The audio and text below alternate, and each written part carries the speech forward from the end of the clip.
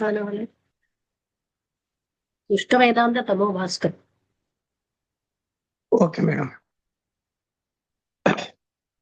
ఓం శ్రీ సద్గురుభ్యో నమ. ఈరోజు 26వ తారీఖు అక్టోబర్ నెల ఆదివారము 2025వ సంవత్సరము.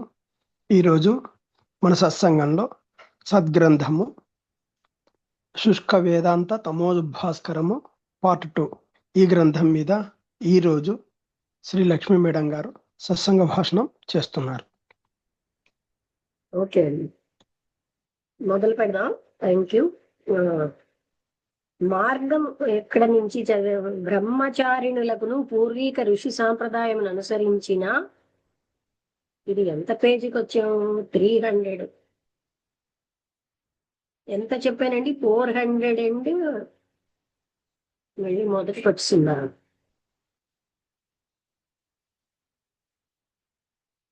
ఇంకా తక్కువ పేజీలే ఉన్నాయని చెప్పాను కదా.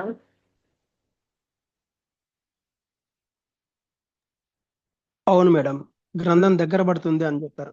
అదే అంటే 400కి వచ్చాము. 392 దగ్గర చదువుతాను ఒకసారి.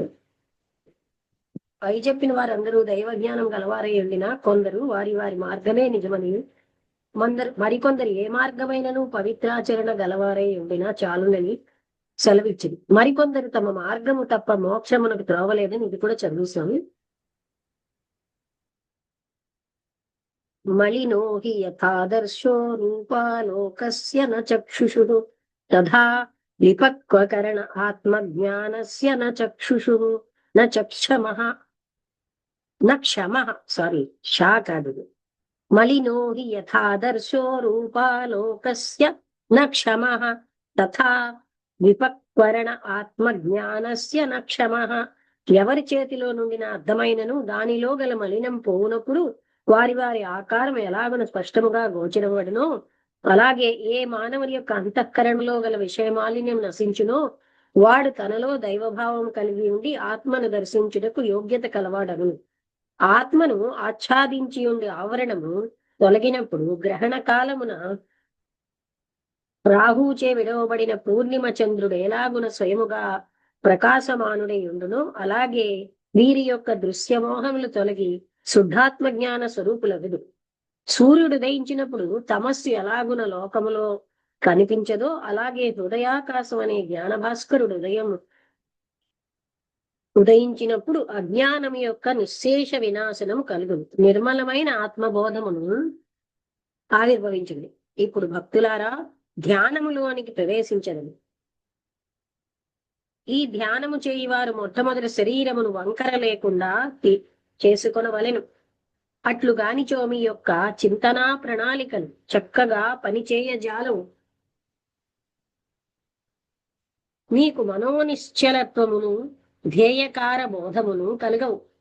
ఊగుచుండు నాళిక గల ఒక గడియారము చక్కగా పెట్టనిచో ఎలాగున పని చేయజాలదో, కొంచెము ముందుకు గాని వెనక గాని పక్కకు గాని వాలుగా గాని ఉంటే చక్రములు చక్కగా పనిచేయకపోతేగాక గడియారము చెడి కూడపోవచ్చునో, అదే రీతిగా ఏ యంత్రమైనను సమావస్థలో నిలబెట్టకపోతే ఎలాగున సక్రమముగా పనిచేయదో అలాగే శరీరం అనే ఒక యంత్రం, ఇది కూడా ఒక యంత్రం వంటిదని మరవకూడదు. కనుకనే గీత 6వ అధ్యాయంలో సమం కాయ శిరోగ్రీవం ధారయన్నచలం స్థిరః సంప్రేక్ష్య నాసికాగ్రం స్వం దిశశ్చ ప్రవలోకయన్ అని చెప్పబడింది. అంటే ధ్యాన కాలంలో శరీరము కంఠము శిరస్సు సమముగా నిలిపి దృష్టిని చలింపచేయక ఏకాగ్రపరిచి ఇంద్రియార్థముల నుండి వశీకరించి మనస్సుతో కూడా చేర్చి అచంచల బుద్ధితో స్వస్వరూపమును ధ్యానము చేయవలనని శ్రీ భగవానులు ఉపదేశించింది. ఇంద్రియములన్నింటినీ వశీకరించి దైవభావములో ఐక్యము చేసుకునవలేను. ఏ తలంపును కలగనీయక బ్రహ్మభావన మాత్రము కలిగి ఉండవలేను. ఈ ధర్మము యోగికిని జ్ఞానికిని భక్తినికి నిష్కామ కర్మ యోగికిని సమానమైనది. మరల 3 సార్లు ఓంకారమును దీర్ఘ ఉచ్చారణ దైవభావముతో చేయవలెను. ఇచ్చట వారి వారి ఇష్టదైవముల మంత్రములు ఉచ్చరించవచ్చు. మొదటిసారి ఉచ్చరించినప్పుడు దృశ్యమంతయు మరచిపోవలేము. అంటే ఈ దృశ్యమేమియు జ్ఞాపకమునకు రాకూడదు. రెండవసారి ఉచ్చరించినప్పుడు దేహేంద్రియములన్నిటినీ మరపు చేసుకోవాలి. అనగా మీ చుట్టూను కనిపించే ప్రపంచము జ్ఞప్తికి రాకూడదు. అలాగే మీరు స్త్రీలు పురుషులు అను వృత్తి కూడా ఉండరాదు. అట్లు దేహస్మృతి గాని దృశ్య వృత్తి గాని ఉండినా నీ మనస్సు ఇంకనూ ధ్యాన బలముచే ధ్యేయాకారములోనికి ప్రవేశించుట లేదని గ్రహించవలను. సముద్రంలో నమస్కారం మేడం. నమస్తే అండి. సముద్రంలో లంగరు పడవేసి ఓడను నడిపితే ఎలాగున పోచాలదో అలాగే దృశ్యమైన సంసార సాగరములో మనస్సనడే లంగరు పడవేసిన వారికి ఎంత ధ్యాన జపములు చేసినను ధ్యేయాకారము కలుగుట దుస్తరము. మూడవసారి ఓంకారం ఉచ్చరించినప్పుడు కేవలము దైవభావములో లెస్సగా నిలుపవలేను. సూది రంధ్రములో దారము నెక్కించినప్పుడు ఎలాగున నిశ్చలముగా కరములు ఉండవలేనో అలాగే ఉండు వారికే బ్రహ్మరంధ్రములో అనగా ప్రకృతి రహిత ప్రబోధములో నిలకడ కలుగును. ధనుస్సులో శరము అనుసంధించువాడు ఎలాగు నిశ్చేష్టుడై ఉండును అలాగే ఆత్మధ్యానమందు నిలకడ కలిగి ఉండి వారికే మనస్సు అనేది ప్రకృతిని దాటి పరమాత్మని పొందవీలగును. అనగా అట్టి వారికే అమనస్కము కలుగును. ప్రబోధ జ్ఞానమును అట్టి వారికే కలుగుటకు యోగ్యత కలిగి ఉండును. ఉపనిషత్తులు ఇలాగున చెప్పుట కారణమిదియే. ప్రణవో ధనుషరో హ్యాత్మా బ్రహ్మ తల్లక్ష్యముచ్యతే అప్రమత్తేన వేద్ధవ్యం సరవత్తన్మయో భవేత్. దీని అర్థము పై చెప్పినదే. కనుకనే ధ్యాన నిమగ్న అవస్థను గురించి ఇలాగున భర్తృహరి చెప్పెను. గంగా తీరే హిమగిరిశిలా బద్ధ పద్మాసనస్య బ్రహ్మ ధ్యానాభ్యసన విధినా యోగ నిద్రాం గతస్య కింతే భావ్యం మమ సుదివసైర్ యత్ర తే నిర్విశంకాః కందూయంతే జఠరహరిణాః సాంగమంగే మదీయే. గంగా తీరమునకు హిమాలయ పరిసర ప్రదేశ శిలయందు పద్మాసీనుడనై బ్రహ్మధ్యాన అభ్యాస బలముచే యోగ నిద్రను పొంది ఉండగా గంగాజలమును పానము చేసి వెళ్ళిపోవుచుండు ముసలి జింకలు తమ యొక్క దురదను నిస్సంకముగా నా శరీరమున రుద్దుకొనున్నప్పటికీ తెలియని నిర్వికల్ప సమాధి అనే దైవత్వ పదవి అను ఆ పుణ్యదినము నాకెప్పుడు లభించును. ఈ వాక్యం ఇంకొకసారి చదవనా? గంగా తీరంలో హిమాలయ పరిసర ప్రదేశ శిలయందు పద్మాసన సీనుడనై బ్రహ్మధ్యాన అభ్యాస బలముచే యోగ నిద్రను పొంది ఉండగా గంగా జలమును పానము చేసి వెళ్ళిపోవుచుండు ముసలి జింకలు తమ యొక్క దురదను నిశ్శంకముగా నా శరీరమున రుద్దుకొనున్నప్పటికీ తెలియని నిర్వికల్ప సమాధి యందు దైవత్వ పదవియగు ఆ పుణ్యదినము నాకెప్పుడు లభించును. అంటే దురద వచ్చినా అది కూడా నాకు తెలియకుండా నిర్వికల్ప సమాధిలో ఉండాలి. అనగా అభ్యాస బలముచే నిర్వికల్ప సమాధి కలుగుటలో తన మనస్తీవ్రతను ఇలాగున చెప్పుచున్నారు. అంటే మనస్సు యొక్క తీవ్రత.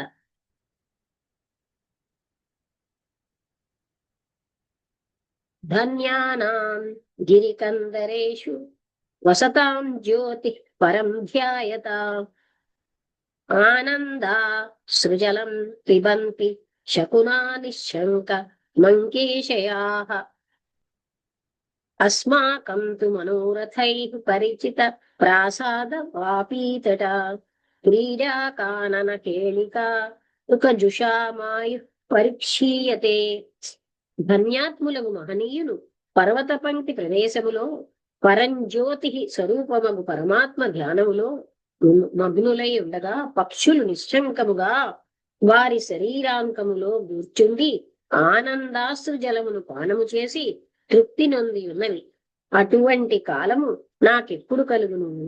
నా యొక్క మనోవీధియో చిరకాల పరిచితములకు సౌధముల చేతను, వాపీ కూపాదుల చేతను, క్రీడావనము చేతను, స్త్రీల యొక్క వర్తనల నాట్యముల చేతను, లోక వ్యవహారముల చేతను చెడినదై ఆయుష్యు ప్రతిరోజును క్షయించిపోవుచున్నది కదా. అనగా భర్తృహరి ధ్యాననిష్టలో నున్నప్పుడు కూడా గృహస్థాశ్రమములో నుండినప్పుడు గల రాజసౌఖ్యములన్నీయు వృత్తులన్నీయు జ్ఞాపకమునకు వచ్చుచున్నవని, ఇవన్నీ ఎప్పుడు నశించి పై చెప్పిన యోగీశ్వర్ల వలె ధ్యానారూఢుడనై ఆనందామృత పానము చేసి కృతార్థుడ నగుదునో అని విచారముతో చెప్పుచున్నాడు. అంటే భర్తృహరి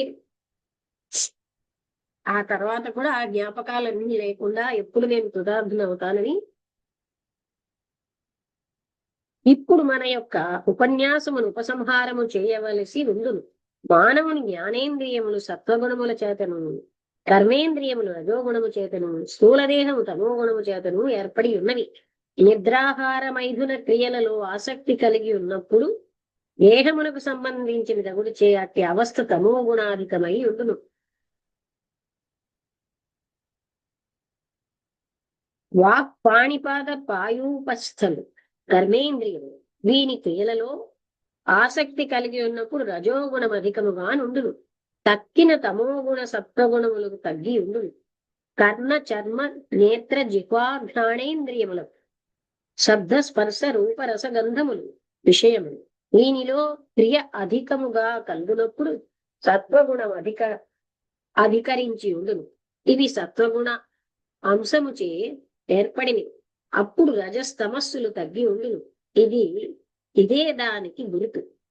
ఈ జ్ఞానేంద్రియములు నిశ్చేష్టములై ఉండునప్పుడు అప్రయత్నము చేతనే విజ్ఞానమును గ్రహించ శక్తి కలిగి ఉండును. ఈ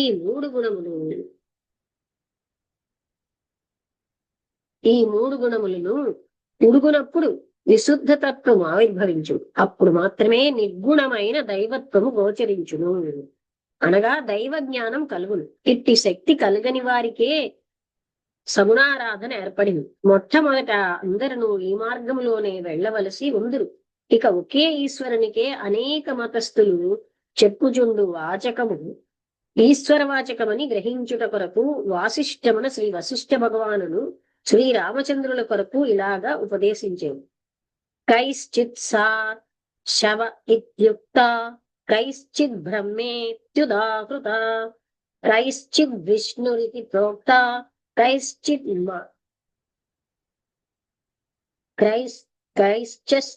శూన్యమితి స్మృత, అర్ధ ఇత్యుదిత, కైశ్చిత్ కాల ఇతి స్మృత,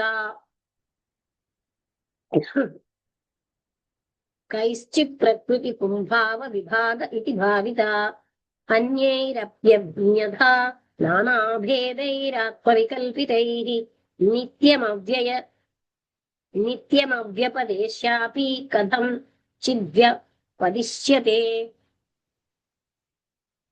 ఆ కైవల్య స్వరూపము నిరుపాధికముగావున చెప్పడానికి సఖ్యముగానిదైన ఆయా మతస్థులచే కల్పించబడిన ఉపాధి గలది అయి కొందరి చేత శివుడని, కొందరి చేత బ్రహ్మమని, కొందరి చేత విష్ణు అని, మరికొందరి చేత వస్తువని, కొందరి చేత కాలమని, వేరు కొందరి చేత ప్రకృతి పురుష విభాగంబని, ఇంకా ఇతరుల చేత ఆత్మయందు కల్పించబడు నానావిధ భేదంబులచే అనేక విధములుగా నిర్దేశించబడుచున్నది. ఆత్మస్వరూపులారా, ఇప్పుడు మనము సమరస జ్ఞాన విషయమై శాస్త్రముల చేతను, యుక్తుల చేతను, అనుభవము చేతను, మహర్షుల ఆశయముల చేత గ్రహించవలసిన విషయము చాలా మట్టుకు గ్రహించమైనదని తలంచెదను. మృత్తికానాం సహస్రైర్వా జలకుంభ శతైరపి న శుద్ధ్యంతి దురాత్మానో ఏషాం భావో న నిర్మలః.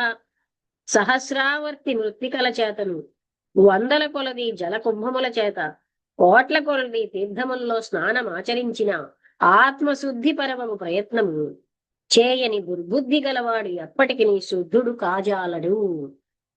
పవిత్రాచరణమును పావన బ్రహ్మ చింతనమును మానవుని నిర్మలునిగా కొనర్చు. ఆచిను శాస్త్రార్థం ఆచార్ ఆచారే స్థాపయత్యపి స్వయమాచరతే యస్మాదాచార్యస్థేన కథ్యతే.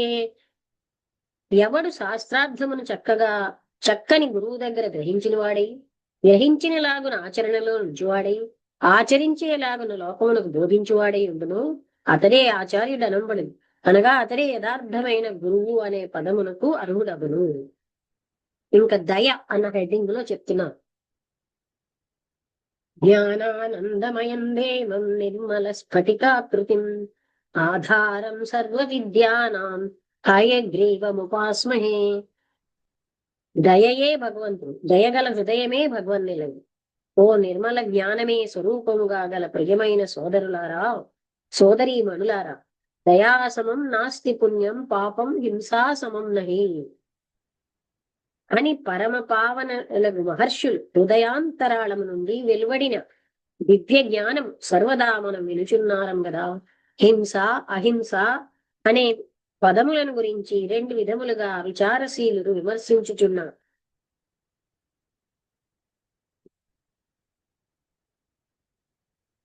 దివ్య జ్ఞానం సర్వదా మనం వినుచున్నాం అంటే కొందరు శరీర హింస హింస కాదని, ఆత్మహింసయే హింస అని, మరికొందరు దేహ ఆత్మల హింస రెండునూ కూడదని, ఇంకా కొందరు విచక్షణలు శరీరమను జీవపరములైన మూడు హింసలు చేయరాదని పలికి దీనిని స్థూల సూక్ష్మ కారణములని త్రివిధములుగా విభజించిరి. అంటే స్థూలములకు ఆయుధ దండాదులచే దేహేంద్రియాదులకు పీడ కలగచేయరాదని, క్రూర దూషణ వచనాదులచే మనస్సును నొప్పి నొందనీయ రాదని, మూడవదైన ప్రాణనాశము నొనొచ్చకూడదని బోధించిరి. కర్మణ మనసా వాచా సర్వాపస్థానం హాను సర్వదా పరపీడాం న కుర్వంతి నతే యాంతి యమాలయం న వేదేర్ న చ దానైశ్చ న తపోభిర్న చాధ్వరైః కదాచిత్ సద్గతిం యాంతి పురుషా ప్రాణి హింసకాః. మనస్సు చేతను, వాక్కు చేతను, కర్మము చేతను అన్ని అవస్థలలోనూ ఎల్లప్పుడూ ఎవరు పరపీడ చేయరో అట్టివారు ఎప్పుడును దుఃఖమునుందరు. అనగా యమాలయమును దర్శించరు. ప్రాణి హింసకులైన నరులు వేదాధ్యయనాదులు చేతగాని, దానము చేతగాని, తపస్సు చేతగాని, యజ్ఞాది క్రతువుల చేతగాని ఎప్పటికైనను సద్గతి నొందజాలరు అని యమధర్మ వచనం. విచారించగా పై చెప్పిన త్రివిధ హింసలలో ఒకదానికొకటి అధికముగానే కనిపించు. దేహమును మట్టుకు విచారించిన వారు మృగీయ బుద్ధి కలవారని,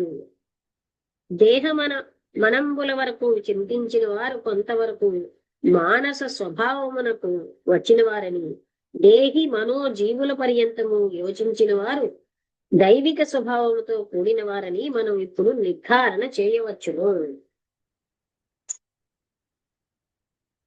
ప్రారంభమున ఉదహరించిన రెండు పదములను గురించి యూహింతది. ఈ వాదం గదా అగ్నిదేవునికి వాయుదేవుడు సహాయపడినట్లు పాపకార్యములు చేయి వారికి తోడ్పడుచున్నది. ఆత్మ అనగా జీవుడు హింసింపబడని వాడు తలంచినది గొప్ప పొరపాటు. ఆత్మ అనగా జీవుడు హింసింపబడని వారు తలంచినది గొప్ప పొరపాటు. జీవుడు నిత్యుడనియు అవధ్యుడనియు సర్వవేద శాస్త్రములు సమ్మతం. అప్పుడు ఆత్మను హింసించుకుండినా చాలునని దేనినుద్దేశించి చెప్పిరో అని వారే తలుపవలేదు. వారి ఉద్దేశమేమనా ఆత్మను అజ్ఞానములో నుండనిచ్చుటయే హింస అనియు, అజ్ఞానము నుండి విముక్తి చేయుటయే అహింస అని భావం. ఇది ఒక విధముగా మాకును అంగీకారమే. ఆత్మజ్ఞానము కలుగక ఇతరములకు అహింసాది వ్రతానుష్ఠానములు ఎన్ని అనుష్ఠించినను మోక్షమునొందరు. శోక శాంతియు ఆనంద ప్రాప్తియు కలుగదు. ఇచ్చట పుణ్యాత్ములకు వారి అభిప్రాయం ఇదే. ఆత్మజ్ఞానం కలుగుటకు త్రివిధములైన అహింసాది గుణములు కలిగి సాధన చతుష్టయ సంపత్తు చేకూర్చుకొనవలెను. దీని ఇంకొందరు స్థూలార్థమనియు సూక్ష్మార్థము కాదనియు వచించి విద్యయు విచారశక్తియు లేని సాధుజనులను మోసపుచ్చుచున్నారు. వారు ఉపదేశించు రీతిగా సూక్ష్మాంశము మనకు కావలసి ఉండినను బుద్ధిమంతుడు స్థూలము లేనిచో సూక్ష్మముండజాలదని దృఢముగా వాదించు. చెరకు లేక చక్కెరయు, పాలు లేనిచో వెన్న, వృక్షము లేకపోతే ఫలములు, నీలి చెట్టు లేనిచో నీలి మందు, కలుగని రీతిగా సాధన లేని వారికి సాధ్య పదవి దొరకదని నమ్మవలేను. మిత్రులారా, జిహ్వాచాపల్యము నిలుపజాలక కామ కింకరులై వర్తించు వారిట్లు వచింతుడు. ఇది వివేకవంతులు చెప్పు మాట కాదు.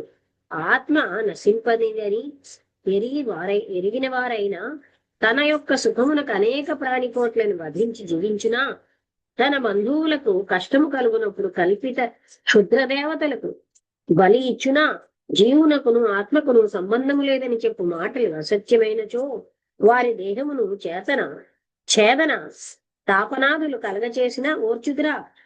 వేళ ఈ మోసపు కృత్యముచే జీవింపవలేను అంటే జీవికి ఆత్మకి సంబంధం లేదని చెప్పడం విషయంలో ఆయన మాట్లాడుతున్నారు. మనోవాక్కాయ కృత్యములు అనేక రీతిగా నడుపుటయే వారి దేహమును నడుపుటయే మీ విచార ఫలమని మరొకడు. త్రికరణ శుద్ధి లేని వారి ప్రయత్నములన్నీ వ్యర్థములే కదా.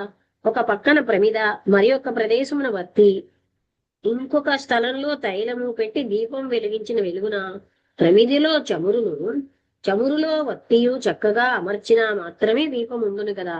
దీనికే దేహేంద్రియ సంయమమని నామధేయం. ఈ అభ్యాసము కొరకే యోగమనియు, తపస్సనియు, శ్రవణాది త్రయమనియు పేరు. అహింసా ప్రచారకులని కొందరు కలరు. వీరును పైన పేర్కొన్న పదత్రయము యొక్క అర్థమును సంపూర్ణముగా గ్రహింపజాలక ప్రాణి హింస మాంసవర్జన మాత్రముచే పరమపావనుల మైతిమని తలంచుచున్నారు. వీరికి వాక్శుద్ధియు చిత్తశుద్ధియు కలిగినదా అని విచారింపకపోవుట పొరబాటు.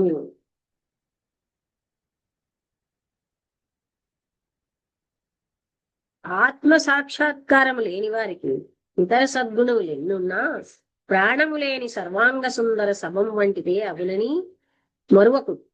ఆత్మజ్ఞానం అంటే అనన్య దైవభక్తి మాత్రము కలిగి అహింసాది గుణములు లేనివారు ప్రాణముండియు చక్షుశ్రవణాది ఇంద్రియములు లేని వారితో సమానులే.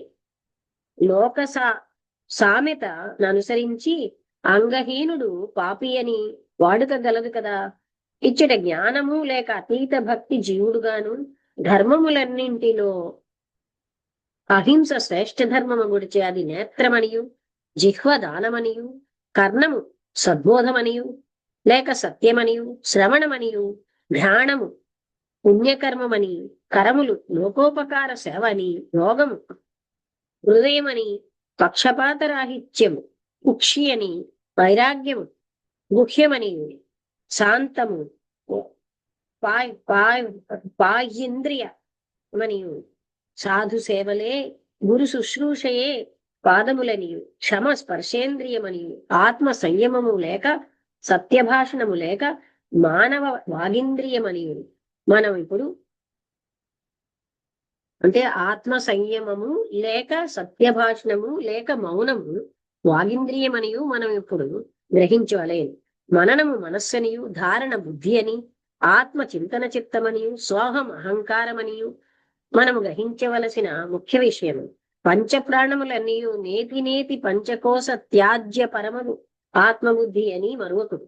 ఈ గుణములలో ఏ గుణం ఎవ్వరికి లేదో వారు ఆయా అంగహీనులని గ్రహించువారు ధన్యులగుదురు. అట్టి సుగుణాన్విత సుందరుడై బ్రహ్మనిష్ట గలవాడే నిజమైన పుత్రుడని, ప్రయోజన జన్మము కలవాడని, తల్లిదండ్రులను కులరాజ్యములను కూడా ఉద్ధరించిన వాడని గ్రహించవలను. ఇట్టి జ్ఞానము లేని కుమారులు తల్లి గర్భం మలముతో వచ్చడి ఏలిక పాములతో సమానులని శ్రీ వశిష్ఠ భగవంతుడు శ్రీరామచంద్రులకు ఉపదేశించింది. ఏలన ఏలిక పాములకు జీవము కలదు కదా. ఏతాపత్యపి ఏ భీతాః పాపభోగరసే స్థితాః స్వమాతృనిష్ఠా స్వమాతృవిష్ఠాః గిరిమయః కీర్తనీయానతే ధమాః. దీని అర్థము పైన ఉదహరించింది. అపిమానుష్యకం ప్రాప్య భవంతి జ్ఞానినో నయే పశుతైవ పరాతేషాం ప్రత్యవాయ ప్రవర్తనాన్. దుర్లభమైన మానవ జన్మ దొరికి దూతదయ దైవభక్తి జ్ఞానము లేని వారై ఉండు వారికన్నా పశువులై పుట్టుట మీరు. ఏలనా పశువులకు ప్రత్యవాయ దోషము లేదు కదా. ప్రత్యవాయ దోషం అనగా చేయవలసిన పని చేయకపోవుట, అనగా మృగములైనచో జీవకారుణ్యము ఈశ్వర భక్తి ఆత్మజ్ఞానము లేవే అని ఎవరును అడుగరు కదా. అంధే తమసి మజ్జంతి పశుభిర్యే యజంతి తే హింసా నామ భవేద్ధర్మో న భూతో న భవిష్యతి. ఎవరైనను జంతువులను వధించి బలి పూజాది కర్మములు చేయుదురేని వారు అంధ తమస్సు అగు నరక కూపములో పడుదురు. ప్రాణిహింస భూత భవిష్యత్ వర్తమానములో కూడా గొప్ప అధర్మమగునే గాని ధర్మము కానేరదు. ఇట్టి దైవగుణములన్నీ చిన్నతనమున నేర్చుట చాలా ఫలప్రదమగును. మృదువైన భూమిలో వృక్షము చక్కగా ప్రబలమగునట్లు ధర్మబోధలన్నింటికీ బాల్యకాలమే మంచి తరుణము. కౌమార ఆచరేత్ ప్రాజ్ఞో ధర్మాన్ భాగవతానివా దుర్లభం మానుషం జన్మ తదప్య ధ్రువమర్ధదం.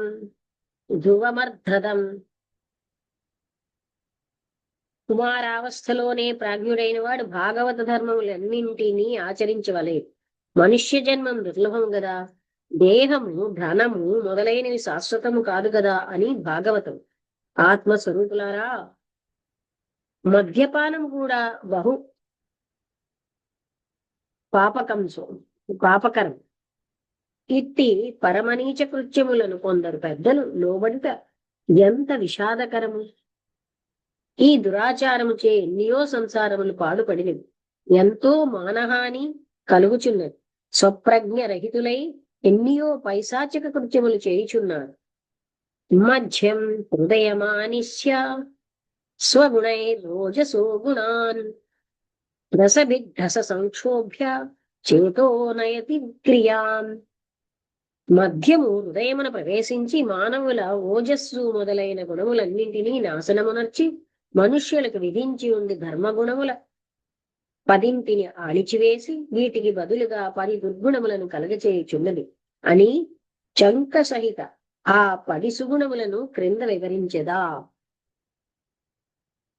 ధృతి క్షమా దమోస్థేయం శౌచమింద్రియ నిగ్రహ ధీర్విద్యా సత్యమక్రోధో దశకం ధర్మ లక్షణం.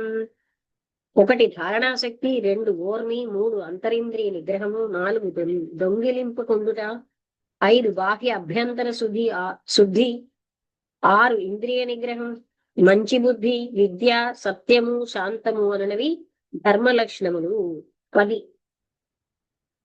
దయా దానం దమో దేవ పూజా భక్తి గురౌ క్షమా సత్యం శౌచం తపోస్థేయం ధర్మోయం గృహమేధినాం. దయా, దానము, దమము, దైవ పూజ, గురుభక్తి, క్షమ, సత్యము, శౌచము, తపస్సు, అస్థేయము, ఈ 10 ధర్మములు గృహస్థులకు ఉండవలసినవి. ఈ గుణములన్నింటినీ మద్యపానము అడుగంట చేయును. ఈ సురాపానం ఎటువంటిదో దీని యొక్క మిత్రమగు గంజాయియు అటువంటిదే. ఈ పత్రిచే ఎందరో ధర్మనిష్ట నుండి పతితులై యాచకులగుచున్నారు. దీనికి ఒకప్పుడు ఉండు బుద్ధి, ఇంకొకప్పుడు ఉండదు. చేయవలసిన కృత్యము సకాలమున చేయ బుద్ధి ఉండదు.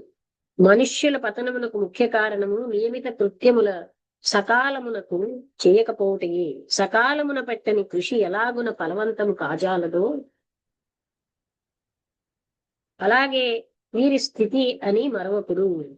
సురాపానమును భగవత్ ప్రీతి సేవించువారిని సురాపానమును భంగి పత్రిని సేవించువారిని ఎప్పటికి చేరకు క్రమముగా మిమ్ములను వారు ఈ దుర్గుణమున అనే దయ్యముచే వశపరుచుకుంది. మరల మీరు దాని నుండి తప్పించుకొన జాలరు కనుక ముందుగా జాగ్రత్త పడుడు. ఇదే రీతిగా విషయలోలత్వము మహాభయంకర అవస్థయందు ప్రవేశపెట్టును. నీ ఇహపర సౌఖ్యమునకు ఆధారముకు బ్రహ్మచర్యమును సంరక్షింపుడు. ఈ శక్తి లేని వారికి కలవారికి చేవలేని వృక్షమునకును గల తారతమ్యములుండును. చేవగల మ్రాను గాలిచే పతనముందనట్లు వీరు ప్రపంచ విషయాది వాసనలచే చలింపరు. ఈ శక్తి లేని వారు ఇంద్రియ నియమ శక్తి ఆగిపోయిన వారు అగుటిచే గొప్ప గాలిచే పెద్ద చేవలేని మ్రానులు నేల కూలినట్లు బుద్ధి మనోబల రహితులై విషయారణ్యములో కృంకుదురు. ఇక్కడికి ఆపుదాం, లేకపోతే ఇంకొక శ్లోకం చదువుతాను. ఇంకా 1 minute. న తపస్తస్తు ఇత్యాహుర్బ్రహ్మ పరిచర్యం తపోత్తమం ఉద్ధరేత భవేద్యస్తు సదేవో నతు మానుషః. దీని అర్థం రేపటి నుంచి ఇది 406వ పేజీకి వచ్చామండి. 406 నేను మర్చిపోయినా మీ జ్ఞాపకం. సో ఇందులో ఇవాళ ఆయన చెప్పినవి నేను స్పీడ్ గా చదివానా, మీకు అర్థమైందా? ముఖ్యమైన విషయాలన్నీ చెప్తున్నారు.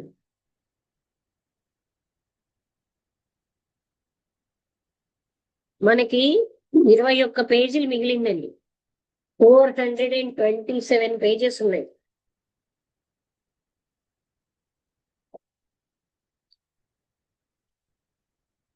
ఇప్పుడు ఇది ఎలాగా ఈ జూమ్ అయిపోయాక నెక్స్ట్ జూమ్ లో అంటే less than 1 minute ఉంది.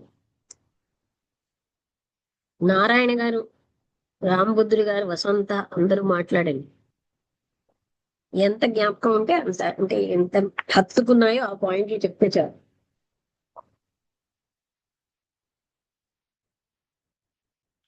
అనుపమ గారు